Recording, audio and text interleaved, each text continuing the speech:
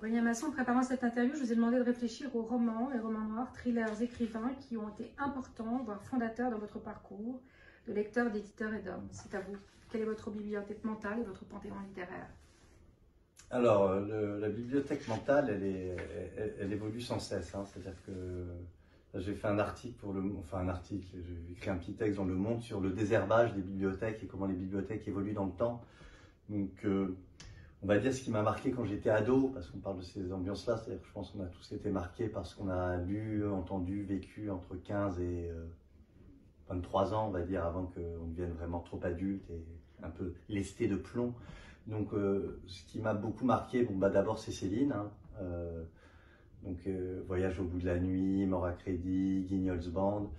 Donc Céline, pour moi, c'est un monument. J'adore.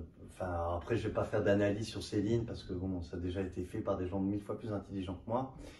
Mais ce que j'ai toujours aimé dans Céline, c'est son sens des aphorismes, sa noirceur un peu malicieuse. Quand on plonge en Céline, on se marre pas, quoi. C'est un peu gluant, c'est un peu, ça colle aux semelles, et ça j'aime bien. C'est en même temps sublimement écrit, c'est-à-dire qu'on a cette illusion que l'auteur vous parle dans l'oreille. Il écrit à la première personne, au jeu, et voilà, dès les premières pages, on a l'impression qu'il vous prend par la main. Et c'est ça que j'adore avec Céline, c'est cette illusion de la facilité. Alors que c'est extrêmement écrit, extrêmement travaillé, et le mec passait des mois et des mois à réécrire les mêmes pages, à essayer de pousser le curseur le plus loin possible. Donc ça illustre une forme de folie littéraire qui m'a toujours touché. J'ai beaucoup aimé Faulkner quand j'étais gamin, parce qu'il me parlait du sud des États-Unis, parce qu'il me parlait de la folie, qui me parlait des rapports entre les blancs et les noirs, parce que là aussi, immense styliste. Et puis un auteur qui a évolué dans le temps, qui commence avec un petit roman qui s'appelle Sanctuaire, qui ressemble à une sorte de revisite. Enfin, il revisite le roman de gare, le roman noir, mais on voit déjà le grand écrivain qui pointe son nez. Et puis ça finit sur Tandis que j'agonise ou Absalon, qui là deviennent des livres complètement limite abstraits. Et voilà, donc c'est quelqu'un qui est parti à Hollywood, qui n'a pas du tout marché, que les studios ont écrasé. Enfin, il y a un côté loser flamboyant auquel je suis très sensible. Sinon, qu'est-ce qu'il y a d'autre? Il y a Lovecraft, que j'aime beaucoup. Alors, Lovecraft, en France, il est considéré comme un auteur de SF, et puis il est assez mal traduit. Moi, je l'ai lu assez rapidement en anglais, et pour moi, c'est l'écrivain de l'étrangeté, quoi. C'est un peu comme le petit-fils encore plus noir et plus sale de Edgar Allan Poe, et qui vous plonge dans des univers complètement hallucinés et hallucinants, et qui vous laisse assez mal à l'aise. Donc ça, c'était on va dire, voilà, quelques auteurs qui m'ont absolument marqué. Mais à côté de ça, il y avait aussi la BD, il y avait, quand j'étais gamin, il y avait,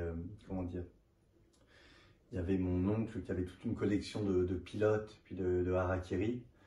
Donc j'ai été aussi bercé là-dedans, j'ai été bercé dans Drouillet, j'ai été bercé dans le professeur Choron.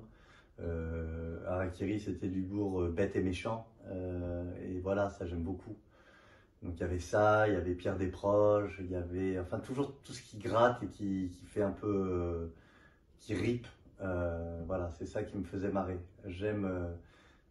Par exemple, j'aime l'humour qui fait pas rire tout le monde. J'aime quand on lance une blague et qu'elle est un peu foireuse et que les gens sont gênés autour de la table. J'aime. Voilà. C'est quand même une poésie. J'aime quand ça ne va pas de soi.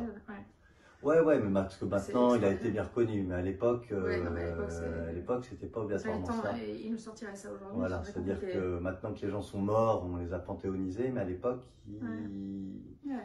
c'était quand même du poil à gratter. Donc voilà, c'était un peu, on va dire, ce panthéon-là. Aurélien, un seul. Si vous fermez les yeux, un seul livre, un auteur. Pouf. Un seul.